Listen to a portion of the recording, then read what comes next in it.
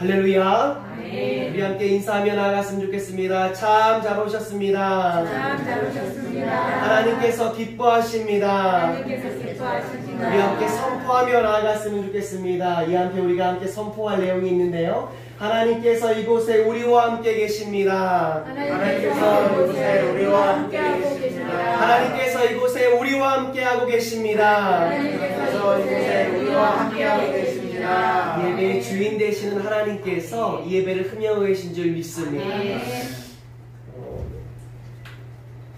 제가 꾀꼬리 같은 목소리로 찬양을 하고 또 말씀을 전하면 참 좋을 터인데 갑자기 찬양하다가 목에 팍 뭐가 걸렸어요.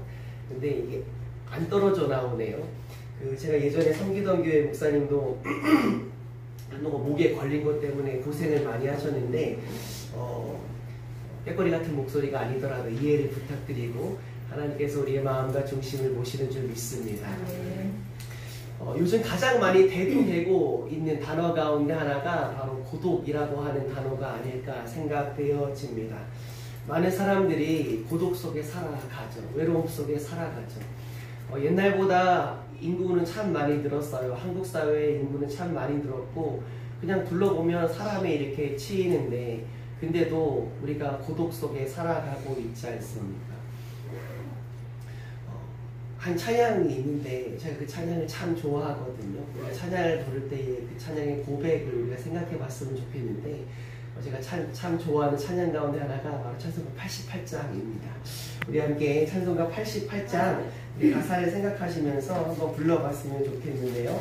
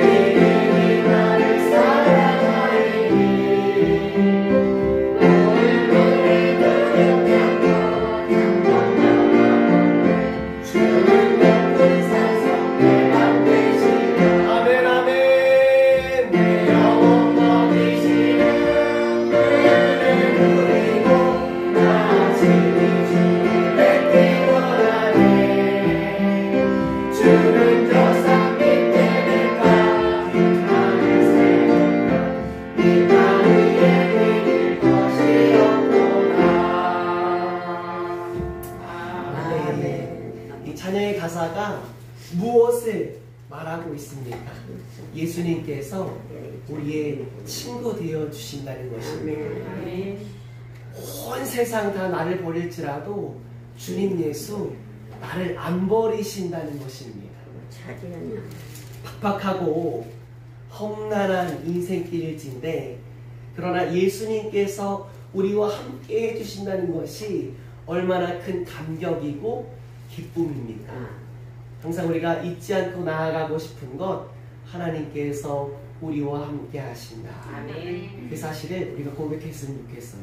어제 잠을 자려고 이렇게 침대에 누워 있는데 예린이가 막 달려오는 거예요. 그러면서 이야기를 합니다. 자꾸 귀신이 나올 것 같고 괴물이 나올 것 같고 꿈을 꾸면 무서운 꿈을 꿀 것 같고, 그래서 예린이한테 이야기해 준 것이 하나님이 예린이와 함께 해주신다. 아멘. 그리고 기도했어요. 함께. 예린이와 함께 하신 하나님께서 허락하시는 평안함이 예린이의 마음 가운데 충만히 넘치게 인도하여 주시옵소서. 하나님께서 우리와 늘 함께 하신다는 사실 우리가 잊지 않고 매일 살아갈 수 있기를 예수님의 이름으로 축원합니다. 근데 또 감사한 것이 무엇이냐면, 또 하나님께서 우리에게 허락하시는 큰 기쁨이 무엇이냐면, 예수 그리스도를 통하여서 하나님의 가족 공동체로 우리가 속함 받게 되었다는 것입니다. 하나님께서 우리 아버지 되시죠. 하나님께서 우리와 늘 함께 하시는데, 하나님께서만 우리와 함께 해주시는 것이 아니라 하나님의 가족 공동체로의 초청이 있었다는 거죠. 누굴 통하여서 그 공동체로 들어온 거예요? 예수 그리스도를 통하여서. 교회란 무엇일까요? 바로 하나님 가족의 공동체이지 않습니까? 교회라는 것은 하나님 가족 공동체인 것입니다. 그래서 우리가 한 형제요, 한 자매라고 부르는 것이지 않습니까? 사실 한국 교회에서는 형제 자매란 말 잘 안 쓰잖아요. 그리고 사실 직분이 있는데 형제님, 자매님 이렇게 부르면 기분 나빠합니다. 내가 목사인데, 내가 장로인데, 내가 권사인데, 내가 집사인데 왜 나한테 형제라고 불러? 왜 나한테 자매라고 불러? 지금 나 무시하는 거야? 그렇게 받아들이시는 분이 우리 교회는 안 계시겠지만 그런 분들도 사실 많이 계세요. 근데 우리나라에서는 그런 호칭을 잘, 형제자매 이런 호칭 많이 쓰진 않는데 외국에서는 형제자매라는 호칭을 참 많이 씁니다. 그래서 형제라는 brother, 그리고 자매라는 sister, 그래서 brother, sister 이런 호칭을 참 많이 써요. 근데 이 호칭을 왜 쓸까요? 이 호칭을 왜 쓸까요? 우리 그리스도인의 정답은 늘 성경에 있는 것인데 우리 함께 성경을 봤으면 좋겠는데요. 더 풍성한 이해를 위해서 우리 새 번역으로 한번 봤으면 좋겠습니다. 새 번역으로 에베소서 2장 18절에서 19절 말씀 우리 함께 합독해서 읽도록 하겠습니다. 시작! 이방 사람과 유다 사람 양쪽 모두 그리스도를 통하여 한 성령 안에서 아버지께 나아가게 되었습니다. 그러므로 이제부터 여러분은 외국 사람이나 나그네가 아니요 성도들과 함께 시민이며 하나님의 가족입니다. 아멘. 우리가 시민이죠. 우리 이 땅을 살아가고 있지만 우리의 시민권은 저 천국에 있지 않습니까? 우리가 천국 시민권자로 살아가고, 그리고 또 나오는 것이 뭐예요? 하나님의 가족입니다. 하나님의 가족.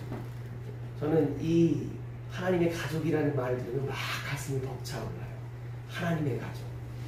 하나님께서 나의 아버지 되시고 하나님 안에서 우리가 한 형제요, 한 자매이다.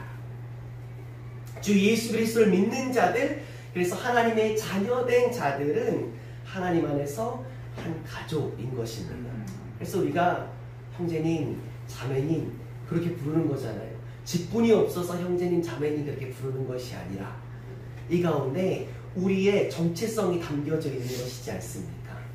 우리가 하나님 안에서 한 가족이다. 하나님 안에서 한 가족이다. 사도행전 2장 42절을 보면 건강한 교회의 특징들이 이 한 절에서도 많이도 녹아져 있습니다. 오늘 본문 말씀 그 한 절을 가지고 제가 몇 번에 걸쳐서 시리즈 설교를 했던 것을 기억하시는 분들도 계실 터이고, 그리고 구역예배 모임 순서지를 만들 때에 이 한 절을 가지고 몇 달에 걸쳐서 우리가 함께 나눔을 가졌던 기억을 하시는 분들도 계실 것입니다. 하나님의 가족 공동체의 특징 가운데 하나, 죄송합니다. 하나님의 가족 공동체인 교회의 특징 가운데 하나가 무엇입니까? 벌써부터 이 문장 가운데 그 답이 녹아져 있는데 바로 교제이지 않습니까? 가족들은 교제하는 것이죠.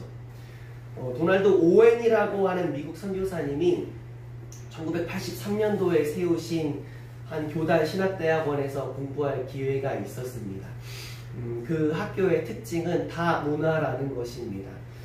교수진들부터 미국 교수님들, 캐나다 교수님들, 인도 교수님도 계시고 필리핀 교수님도 계시고 여러 나라 교수님들이 거기서 기독교 지도자를 양성하기 위해서 또한 목회를 하는 또 선교를 하는 분들 가운데 더 채움을 위하여서 헌신하고 계신 선교사 교수들이 계세요. 선교 활동을 할 때 여러 가지 분야들이 있잖아요. 그 가운데 하나가 이제 교수 사역으로 선교 사역을 하시는 것인데, 그래서 그렇게 헌신하시는 선교사님들이 계십니다. 학생들도 마찬가지로 다양해요. 제가 공부할 때 미얀마 학생들도 있었고, 몽골 학생들도 있었고, 러시아 학생들도 있었고, 아프리카에서 온 학생들도 있었고, 콜롬비아에서 온 학생들도 있었고, 뭐 중국에서 온 학생들도 있었고, 당연히 제가 필리핀에서 있는 그 국제학교에서 공부를 했었으니까 필리핀에 있는 학생들도 있었습니다. 제가 오랜 시간 뭐 공부하지는 못했어요. 제가 선교사로 파송되어서 거기서 사역했기 때문에 일주일에 뭐 한 과목에서 두 과목 정도 뭐 그렇게 공부했던 기억이 있습니다. 근데 그 신학교에서 이제 있는 것 중에 하나가 무엇이냐면 채플이라는 것이 있죠. 예배라는 것을 채플이라고 또 이야기하기도 하는데, 채플이 끝나고 나면 이 그룹들이 있거든요. 이 그룹들이 있는데 그 그룹들이 이렇게 모여요. 그룹들이 모여서 지도 교수님이 계시고 또 그 그룹에 속한 학생들이 있습니다. 그래서 모여서 함께 커피와 도넛을 먹는 겁니다. 커피와 도넛을 먹는 팀도 있고, 뭐 파이를 먹는 팀도 있고, 뭐 근처에 패스트푸드점에서 우리 찬미 학생 잘 알 텐데 졸리비에서 스파게티를 시켜서 먹는 팀도 있고, 뭐 뭘 먹느냐는 사실 중요하지 않죠. 모인다는 것이 중요합니다. 그래서 모여서 나눔을 갖는데 그 모임의 이름이 코이노니아였어요. 그래서 제가 그 모임이 아직까지 기억나요. 여러 나라예요. 이름도 다르고 성별도 다르고 나라도 다르고 문화도 다르고 언어도 다릅니다. 근데 함께 모여요. 그래서 나눔을 갖습니다. 뭘 대단한 걸 하는 건 아니었어요. 그냥 나누는 거예요. 그냥 만나는 거예요. 그냥 함께 있는 겁니다. 이 헬라어이거든요. 코이노니아라고 하는 단어가요. 이 코이노니아라고 하는 이 단어를 우리는 오늘 본문 말씀에서도 볼 수 있게 되는데요. 우리 본문 말씀 다시 한번 살펴봤으면 좋겠습니다. 우리 함께 합독해서 읽도록 하겠습니다. 함께 합독해서 읽겠습니다. 시작. 그들이 사도의 가르침을 받아 서로 교제하고 떡을 떼며 오로지 기도하기를 힘쓰니라. 아멘. 문제가 있습니다. 그들이 사도의 가르침을 받아 서로 교제하고 떡을 떼며 오로지 기도하기를 힘쓰니까, 여기서 코이노니아가 어디에 들어가는 단어일까요? 교제. 맞습니다. 우리 부림교회 성도님들은 워낙 수준이 있으셔서 교제라는 단어가 이 코이노니아라는 단어이죠. 그래서 이 성경이 헬라어에서, 신약성경 같은 경우는 헬라어에서 우리나라 말로 이렇게 번역이 되어 온 거잖아요. 그래서 이 헬라어로 코이노니아, 교제라는 의미를 가지고 있는 것입니다. 하나님의 가족 공동체에서 교제의 영역은 너무나도 중요하지 않습니다. 우리가 사도신경으로 우리의 신앙을 고백하며 나아가죠. 사도신경으로 우리의 신앙을 고백하며 나아가는데, 이 신앙, 우리의 사도신경 가운데, 우리의 신앙의 고백 가운데서도 담겨져 있는 것이 무엇입니까? 사도신경 마지막쯤에 가면 나오는 것이 있는 것이 바로 성도의 교제입니다. 성도의 교제. 사람 만나는 것 좋잖아요. 사람 만나는 것. 저도 얼마 전에 친구를 만났어요. 초등학교 때부터 친구인데 아직까지 좋은 관계를 유지하고 있어서 참 감사해요. 지금 육아휴직 중이라고 집에서 있어서 시간이 좀 더 난다고 해서 얼마 전에 친구랑 만났습니다. 친구랑 만났는데 나눔을 가지니까 너무 좋더라고요.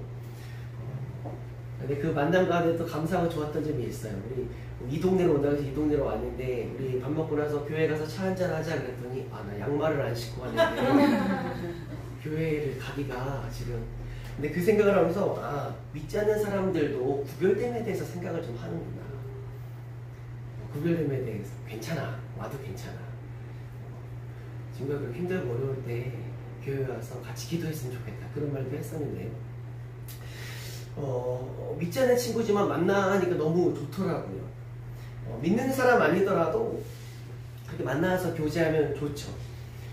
성도가 아니더라도 교제한 만남이 있어야 하는 것이고, 그리고 그리스도인인 우리들이 비그리스도인들과의 교제를 분명히 이어가야만 하고 그것이 분명히 있어야만 합니다. 그래서 한 목사님이 계신데 그 목사님은 그런 말씀하시더라고요.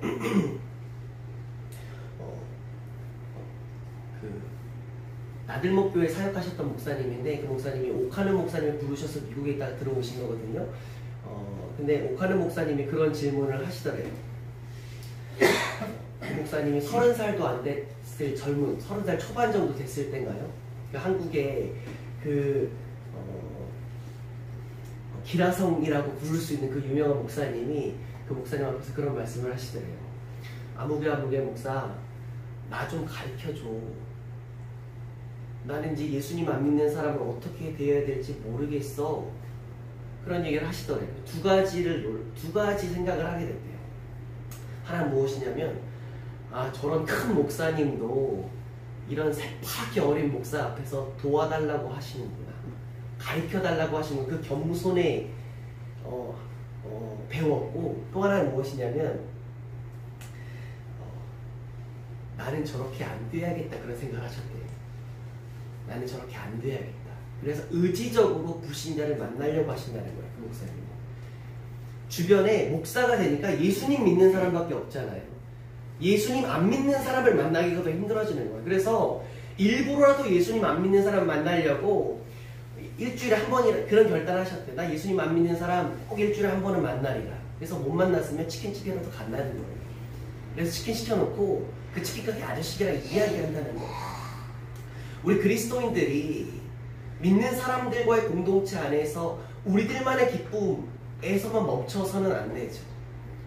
우리의 관계는 이 믿음 공동체를 넘어서서 믿지 않는 사람들에까지 이어져야 하는 것이 응당 맞는 것입니다. 그것에 대해서 저도 항상 인식하고 있어야 되고, 목사로서, 선교사로서, 그리고 우리 모두가 그것을 인식하면서 나아갔으면 좋겠어요. 근데 그리스도인들만의 교제 가운데 있는 풍성한 유익도 분명히 있다는 것이고, 비그리스도인들과의 만남 가운데 누릴 수 없는 것들이 그 가운데 있다는 것입니다. 그리스도인으로서 비그리스도인들과 만나는 것과 그리스도인으로서 그리스도인들과 만나는 것과 그 차이가 뭘까요? 내가 그리스도인들끼리 만나는 그 모임 가운데, 비그리스도인들과의 만남 가운데 그 두 만남을 생각해 봤을 때 그 차이점이 뭘까요? 그리스도인들과의 교제는 하나님 안에서의 교제라는 것입니다. 한 믿음을 가지고 있잖아요. 한 소망을 가지고 있잖아요. 그리스도인들과의 교제는 영적인 교제라는 것입니다. 아무리 나랑 친한 사람이라도 그 사람이 믿지 않는 사람이라면 그 교제는 영적인 교제가 아닙니다. 영적인 교제일 수 없는 것입니다. 그리스도인들과의 교제는 어떤 의미가 있습니까? 한 방향을 바라보지 않습니다. 예수님 믿지 않는 사람과 예수님 믿는 사람이 만나서 하나님의 나라의 확장을 이야기하지 않습니다. 그렇게 이야기할 수 없어요. 그러나 그리스도인과 그리스도인의 만나면 한 방향을 바라보는 거잖아요. 그리고 그리스도인과 그리스도인의 만남은 이 땅에서 끝이 아닙니다. 저 천국을 소망하면서 나아가잖아요. 제가 한 나이 많으신 호주 선교사님으로 기억하는데, 우리 단체 간사님하고 우리 단체 어떤 일 때문에 만나서 도움을 요청하고 또 감사의 마음을 표현한 적이 있었어요. 그래서 한국의 문화를 생각했을 때 서울에서 어디를 갈까 생각해보면 인사동이 딱 떠오르더라고요. 그래서 인사동에서 이 파전을 대접하면서 칼국수 파전을 대접하면서 이야기를 했는데 나이 많으신 혼자이신 선교사님이시거든요.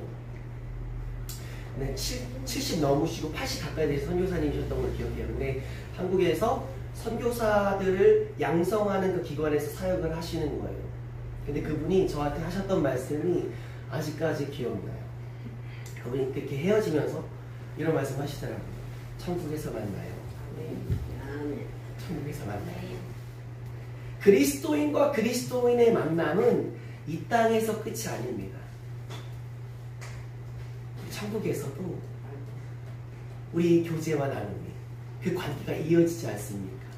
그래서 우리 장례 예배를 치를 때에, 장례 예배를 드릴 때에 믿지 않는 분의 장례 예배를 집례할 때와 믿는 분의 장례 예배를 집례할 때 마음이 다르지 않습니까?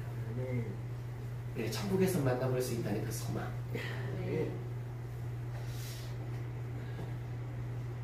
그리고 그리스도인과 그리스도인의 교제는 무엇보다 성경을 통해서 하나님께서 말씀해 주시는 바라는 것입니다.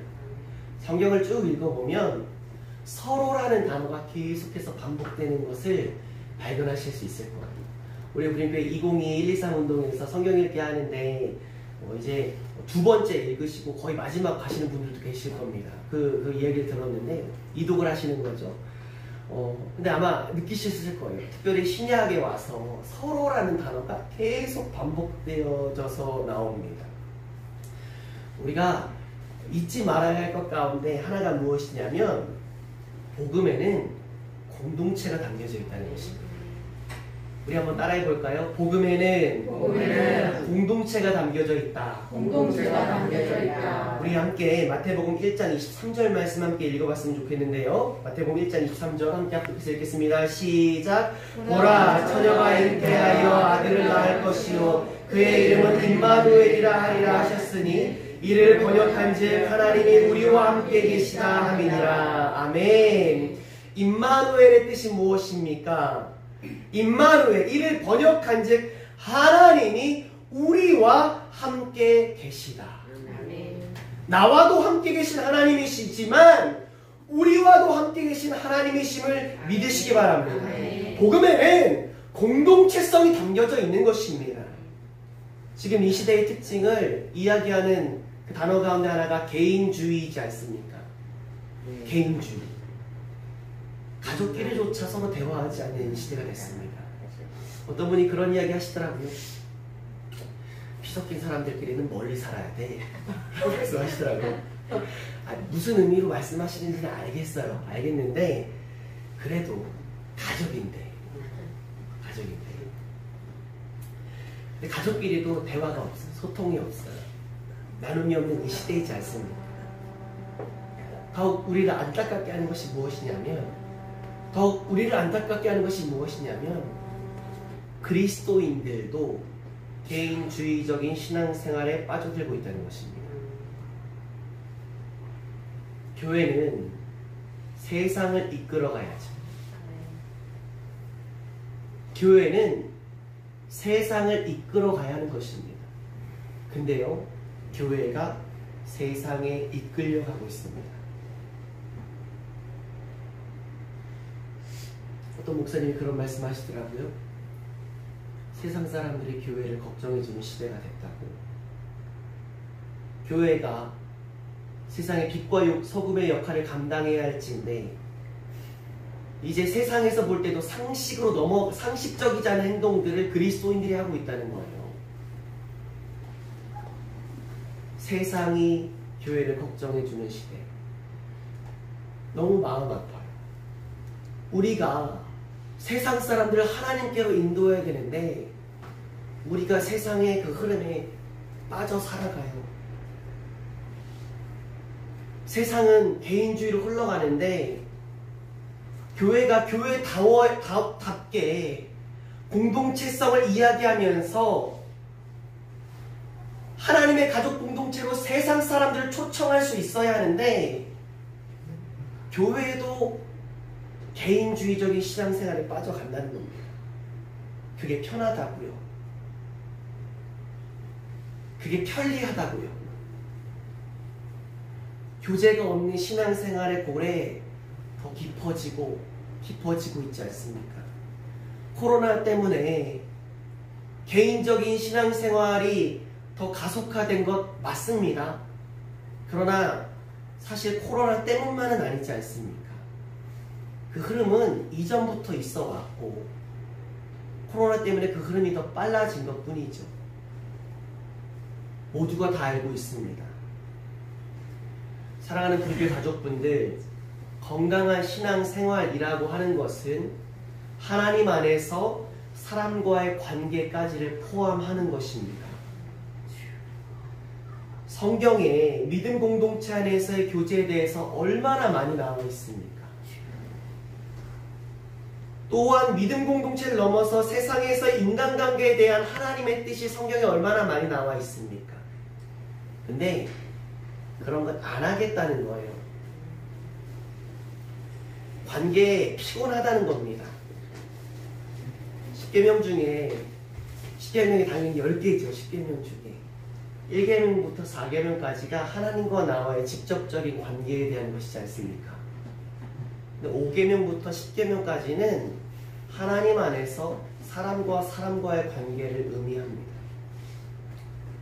5계명부터 10계명까지는 하나님 안에서 내가 저 사람을, 상대방을 어떻게 대해야 할 것인가 인간관계에 대해서 나와 있어요. 사람과의 관계에 대해서 나와 있다는 것입니다. 우리 부림교회에 늘 성도의 교제가 충만한 공동체 되어지기를 예수님의 이름으로 축원합니다. 성도 간에 풍성한 교제를 하고 싶은데 이런저런 어려움들을 말씀하시는 분들이 많이 계세요. 그것이 우리의 어려움이기도 하죠. 어떤 어려움이 있을까요? 너무 바빠요. 너무 바빠요. 이 시대가 참 바쁘죠. 맞습니다. 바빠요. 또 어떤 이야기를 하죠? 마음의 여유가 없어요. 내가 지금 나 살 것도 지금 내 코가 석자예요. 주변을 돌아볼 여유가 없습니다. 서로 안 맞아서 자꾸 부딪혀요. 서로 안 맞아서 그냥 너무 부딪혀요. 감정 피로도가 점점 쌓입니다. 교회 모임하면 좋긴 좋은데 말도 많죠. 피곤한 건 사실이긴 합니다. 이런저런 이유들이 있어요. 그러나 믿음은 무엇입니까? 그럼에도 불구하고 그것이 믿음이지 않습니까? 그것이 그리스도인의 삶의 모습이지 않습니까? 그럼에도 불구하고 하나님 이것 때문에 못해요. 하나님 저것 때문에 못해요. 하나님 이것 때문에 하나님 말씀 지킬 수 없고 저것 때문에 하나님 말씀 지킬 수 없어요. 그러면 신앙이 없는 겁니다. 신앙이 없는 거예요. 사랑하는 성도님들, 언제 성도의 교제가 풍성해질까요? 언제 성도의 교제가 회복되어지겠습니까?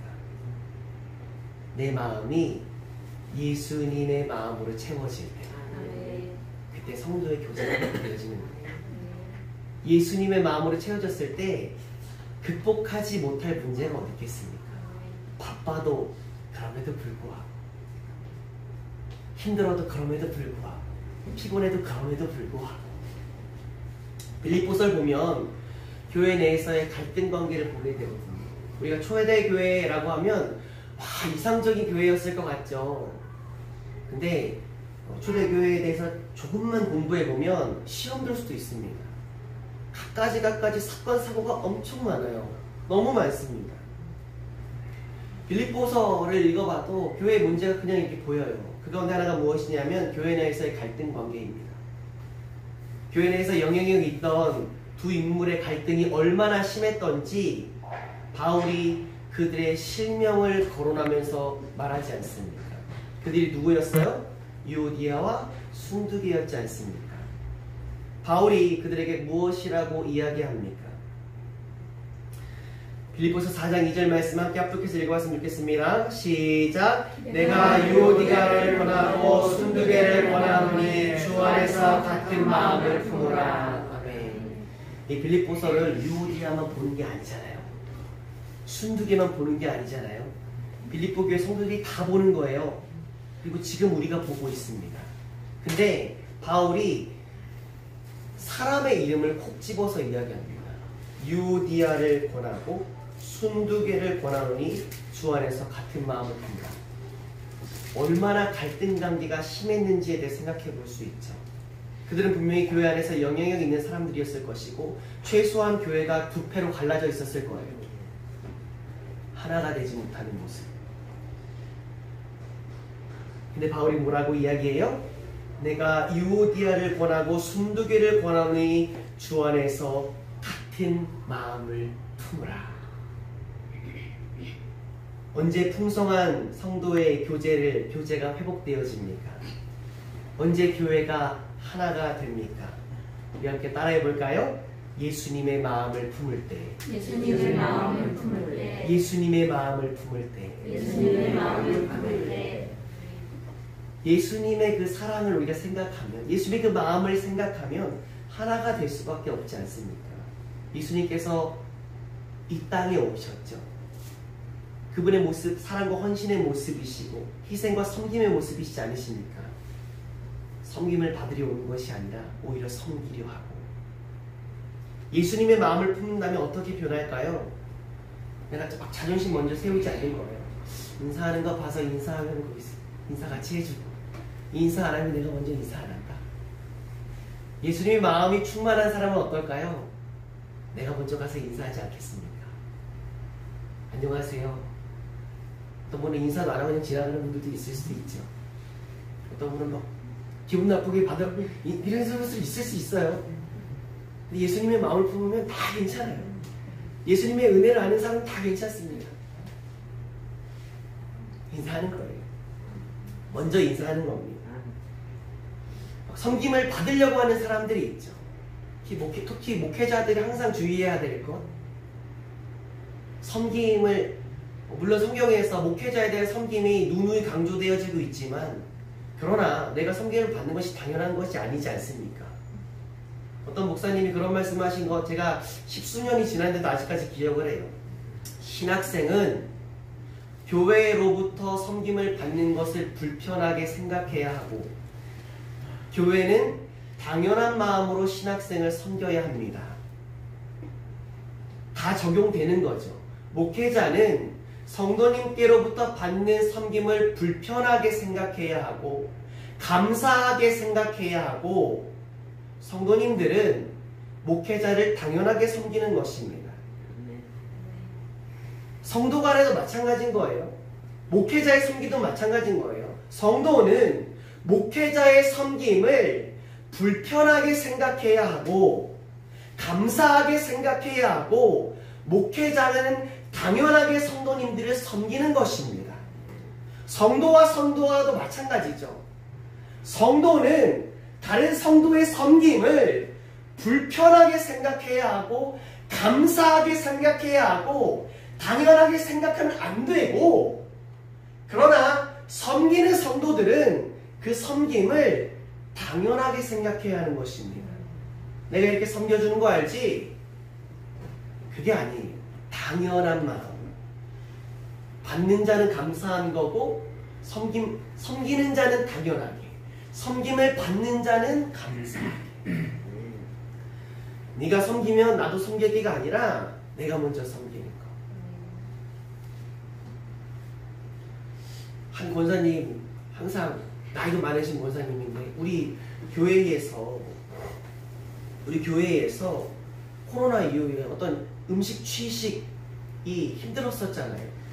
지금 음식이 이제 가능하게 된 지 얼마 안 됐지만 지금도 조심스러운 분위기가 많이 있고, 근데 그 기억을 이렇게 더듬어 보면 그 70 넘으신 권사님이 항상 커피 타다가 이렇게 성도님들 나눠주셨던 기억이 있어요. 에헴이 아니고 섬김의 모습. 왜일까요? 예수님의 마음을 품고 있기 때문이지 않겠습니까? 힘든 일은 너가 해가 아니고 힘든 일은 내가 먼저. 예수님의 마음을 품고 있는 자가 아니겠습니까? 예전에 그 헌병 군인으로 있었던 분이 이야기를 들었는데, 사고 치는 현장이 쉽지 않잖아요. 위험하기도 하고. 그래서 이제 2인 1조로 근무 나가면 이야기한다는 거예요. 너가 가라고. 너가 먼저 들어가라고. 서로 그렇게 이야기한다는 거예요. 서로 그렇게. 물론 인간이니까. 예수님을 마음에 있는 사람은 어떻겠습니까? 힘든 일은 내가 먼저. 제가 어느 교회 초청을 받아서 그 교회에 갔는데 나이 많으신 장로님을 뵈면서 제가 도전을 받았던 것 중에 하나가 그 장로님을 막 자랑하시는 거예요. 우리 장로님 교회 화장실 청소 하신다는 거예요. 발 벗고 이렇게 들어가가지고 맨발 벗고 들어가서 교회 화장실 청소 하신다는 거예요. 우리 교회는 우리 청소를 도와주시는 그 상가니까 아주머님이 계신데, 그래서 이 상가 전체를 돌봐주시는 그 섬유해 주시는 분이 계신데, 물론 재정을 받으시지만, 근데 그 장로님 이야기를 들으면서 참 도전이 많이 되더라고요. 교회 어른으로서 먼저 섬김의 모습을 보여주시고, 기도는 또 어떻겠습니까? 내 코가 석자예요가 아니라 내 코가 석자예요가 아니라 기도 제목 있으시면 나눠주세요. 기도하는 거죠. 기도 좀 나누는 거죠. 다른 사람 챙길 여유가 없어요가 아니라 하나님 제 마음 풍성한 여유 허락하여 주셔서 주변을 돌아볼 수 있도록 도와주시옵소서. 예수님의 마음을 품는 자의 기도가 그런 기도가 되지 않겠습니까? 슬픈 일이 있는 사람들은 어떨까요? 슬픈 일이 있는 사람들, 욥기를 보면 욥이 말할 수 없는 고통을 받지 않습니까? 말할 수 없는 고난을 받지 않습니까? 욥의 친구들이 먼 길을 찾아와요. 아무 말 하지 않고 그냥 같이 있습니다. 거기까지는 좋았어요. 그랬으면 좋았을 텐데, 그 다음에 하는 말이 뭐냐면, 너가 죄 지어서 이런 벌 받는 거야. 욥기를 보면 계속 그 이야기거든요. 욥은 나의 의를 주장해요. 그 욥의 친구들은 너가 잘못했으니까 이런 벌 받는 거 아니야. 지금 슬픔과 아픔 속에 신음하고 있는 사람 옆에 와가지고 같이 아무 말 안 하고 일주일 있어주면 고마운데 그냥 그렇게 하면 있어주지. 기도해주지. 너가 죄 지어서 그래. 너가 죄 지어서 그래. 우리 힘든 일 있는 사람들 보면 어때요? 물론 우리 교회는 그런 일 없지만 어려운 일 당한 사람들 보면 하나님 앞에 잘못된 걸 행동해서 그래. 하나님만 아시죠. 우리가 어떻게 합니까? 그걸. 근데 내가 갖고 있는 경험과 가치관과 내가 갖고 있는 선입견으로 판단하고 정죄해. 예수님의 마음을 갖고 있는 사람은 어떨까요? 그냥 울어주는 거죠. 옆에서 그냥 울어주는 거예요. 기쁜 일이 있는 사람이 있으면 어떨까요? 같이 기뻐해 주는 거죠. 물론 우리 교회 성도님들은 그런 분들 안 계시지만 기쁜 일 있으면 어때요? 어떻게 사기를 쳐서 저렇게 돈을 많이 벌었을까? 배가 아니잖아요. 배가 아프잖아요. 근데 우리 예수 그리스도의 마음을 풍성히 품는 사람은 어떻겠습니까? 같이 기뻐해주고 같이 즐거워해주는 것이지 않겠습니까?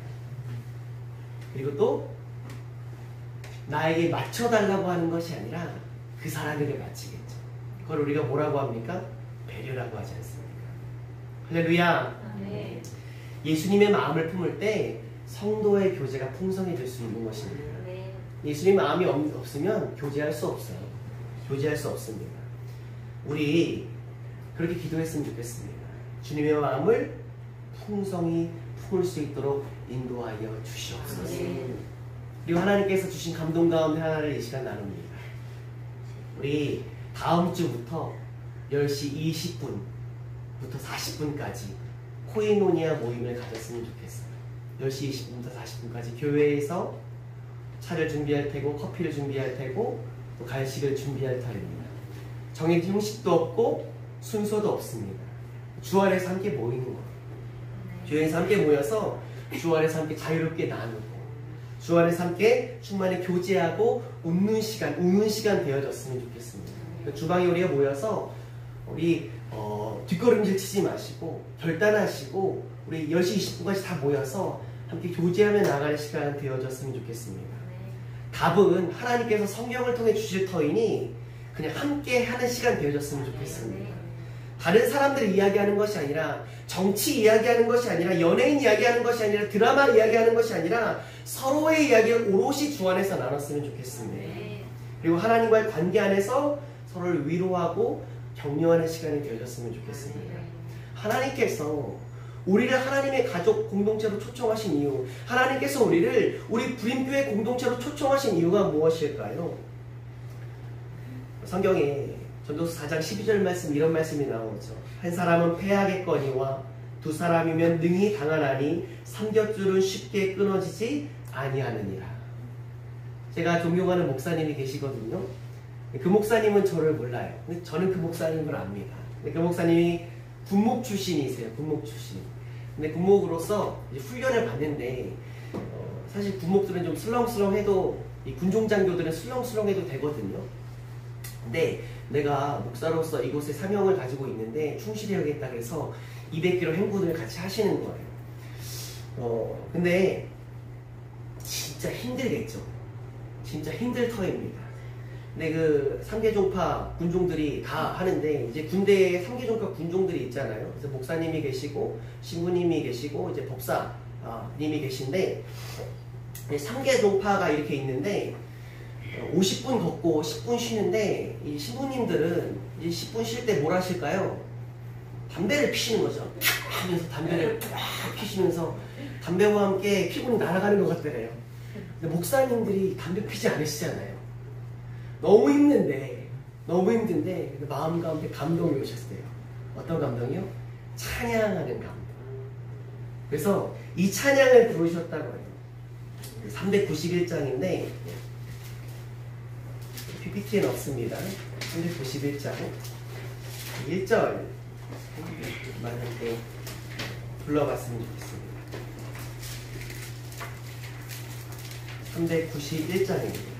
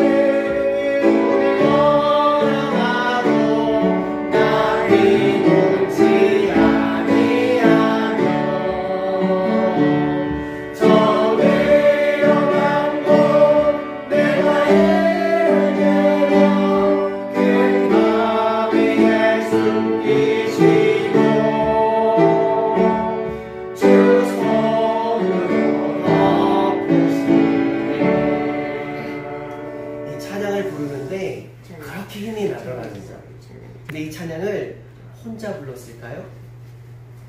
같이 군종 친구들, 군종 목사 친구들이 12명 있는데 같이 어깨 동무를 하고 걸어가는 거예요.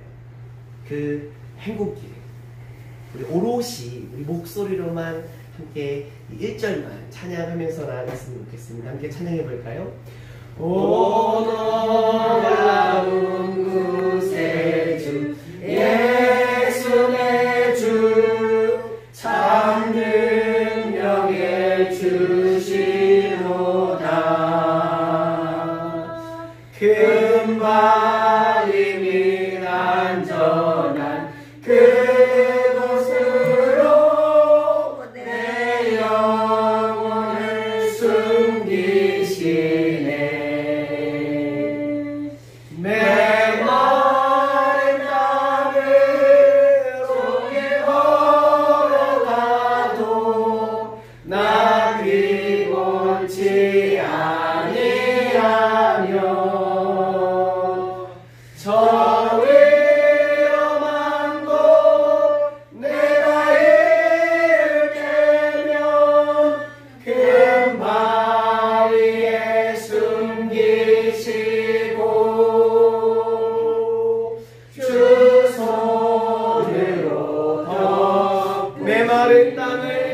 걸어가도 메마른 땅을 종일 걸어가도 남기곤치 아니하며 저 위험한 곳 내가 예를 들면 큰 바위에 숨기시고 주 손으로 덮으시네. 아멘. 하나님께서 왜 우리에게 손을 두 개 주셨을까요? 우리 앞뒤로 혼자 앉으신 분들도 한번 옆에 분들 손 잡아주셨으면 좋겠습니다.